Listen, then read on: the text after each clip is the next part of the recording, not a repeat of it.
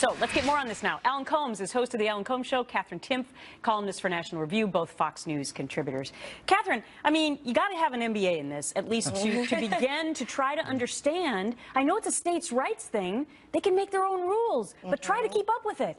It's absolutely crazy, and the thing is, no matter what they can technically do or not do, the attitude that's made Trump popular in the first place will still be there. So even if he's not the nominee and the GOP finds a way around it because they say, oh, it'll destroy the GOP, that attitude's not going to just be there, but it'll be worse because they've already felt slapped around by the establishment, and it'll be like a final slap in the face. So it's not, even though it's so complicated, just throw that all aside, and what's underlying is still going to be there no matter what. Yeah, it's an interesting point, Alan, because Trump has been very successful at saying to his supporters, these rules, you know, they're not playing by the rules. And since it's so complicated, he's been simplistic in his messaging. He also said, I don't care about rules. He said that the other day, too.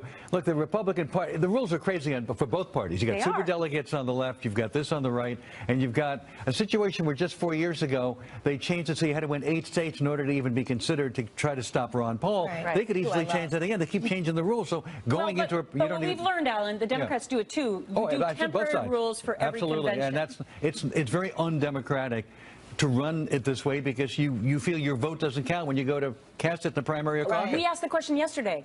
Does the people's vote count, or is it all up to these delegates? And that's murky right now.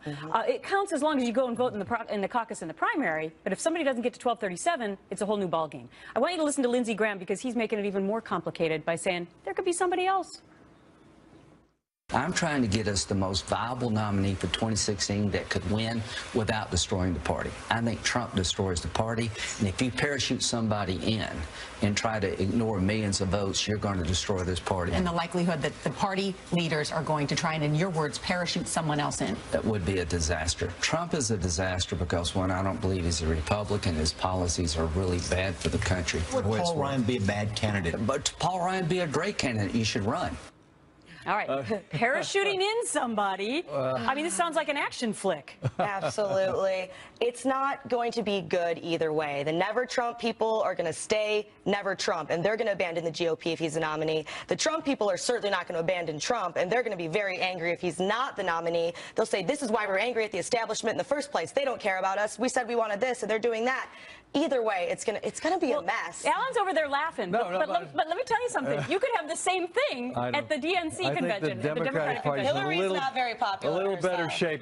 She's more popular than Donald Trump is. Donald Trump's got a 70% disapproval rate in general, 73% disapproval with women. Bernie Sanders, and if you're doing that poorly compared to Bernie Sanders, whether you're winning or not, that's kind of embarrassing. Two great candidates for the Democrats. The Republican Party is screwed either way. If Trump wins, the Republican Party establishment doesn't want it. People are going to be upset about it. It's really messed up. And if he doesn't win, you've got a bunch of Trump supporters who are going to be very upset. Either way, it's a very difficult time for the Republican Party. Okay. And that's Donald Trump who did that. All right, somebody else who wants to be president is Governor John Kasich of Ohio. He's taking a shot now at Trump, saying he'd have a steep learning curve as president.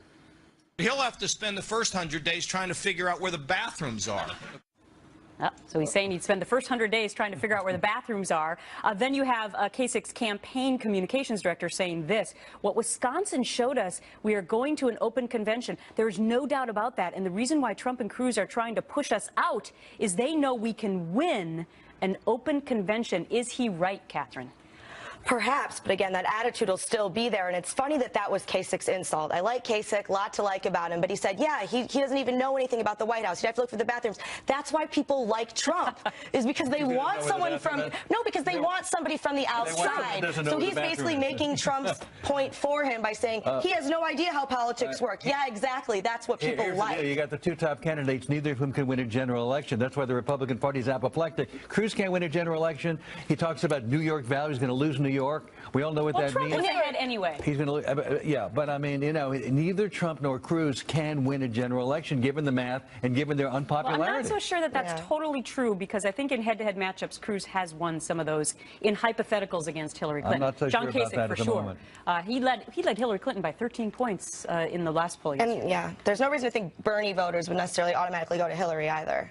All right, good point. They should, though, if she's the nominee. They shouldn't act like that. You both had great points. Have a great weekend. Thank you. Thanks. Massive drug bust on the high seas. This is 14 tons of cocaine.